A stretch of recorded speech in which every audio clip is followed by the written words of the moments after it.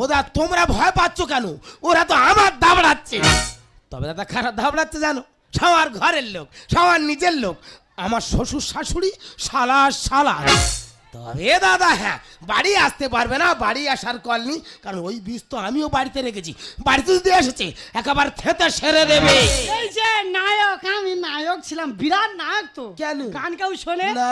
নায়ক করে করে আজকে তো ঘরে চাল নেই, হ্যাঁ। খাওয়া তো হবে না। না। তোমার বলেছিলাম আমরা বাপের বাড়িতে চালটা আনতে, চালটা আনো না কেন? সে চাল আনিনি কেন? তা তোর কাছে বিষয়টা খুলে বলি। বলো। তুই বললি বাড়িতে চাল নেই, বাপের বাড়ি চলে যাও। আচ্ছা আমি তাহলে শোষো করে চলে গেছি। আচ্ছা, আচ্ছা। তোর বাপের বাড়ি গিয়ে দেখি না বাবা মাকে ঘরে নেই। কেন? আর মেজ বৌদি দেখি না সবে চাল ধুয়ে না রান্নাঘরে ঢুকবে। মাইরি আমি কিচ্ছু বলিনি। কি বলেছ? আমি শুধু বলার মধ্যে বলেছি, ও বৌদি দাদা তো 3-4 মাস ঘরে নি, হ্যাঁ। তা তোমার অসুবিধা হয় না?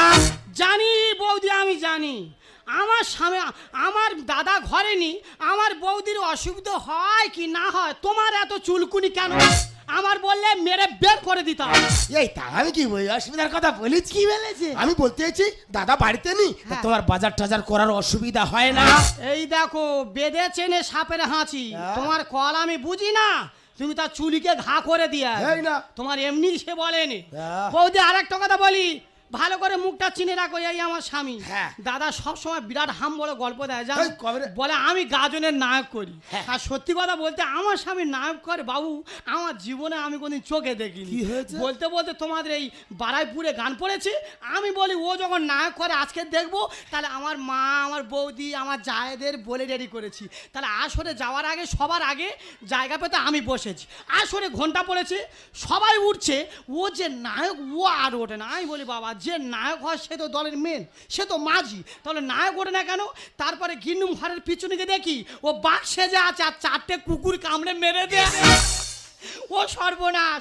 বাড়ি এসে 1 মাস কলেজ যায়নি গো, আমার জায়েরা টিটকারিদার ভয়। এই তা নায়ক কবার ওঠে রে? কবার? নায়ক 1 থেকে 2 বার ওঠে। এই দেখো, পারবে না, হারবে না, আর হাম্বর দিতে ছাড়বে না। হ্যাঁ এত হাম বলো কি জন্যে? হ্যাঁ আমি বলি শোনো, বলো। পশ্চিম পানে হেঁকে গেছে, কি হয়েছে? রক্তদান শিবির। হ্যাঁ? ঘরে যখন খাওয়া হবে না, 2 লোকে যাবো, রক্ত দেবো, খাসির মাংস খাবো, ডাবর নিয়ে আসবো, চলো। মাথা খারাপ, আমি যাব না। কেন? না তোমরা বলো, আমি একজন শিল্পী মানুষ, রাজ্যে গেছে আমার নার্ভের সমস্যা হয়ে আছে, হ্যাঁ। আমি নাকি রক্ত দেবো? এই দেখো, নার্ভ কাঁচি দাবি কেটে দেবো, সব শিল্পীর মুদ্রা দাও, চলো রক্ত দেবো, এই, আমার কথা শোনো। খাসির মাংস খাবো, ডাবর নিয়ে আসবো। দাদা আমার কোনো কথা শুনলো? আমার কোনো কথা শুনলো না, চোচা মেরে বেরিয়ে গেল। ঠিক আছে যাক দাদা, আমি যদি শিল্পীর পেটে শিল্পী হয়ে থাকি, রক্ত আমি দেবো না, বউ একলা রক্ত দেবে আর দুজন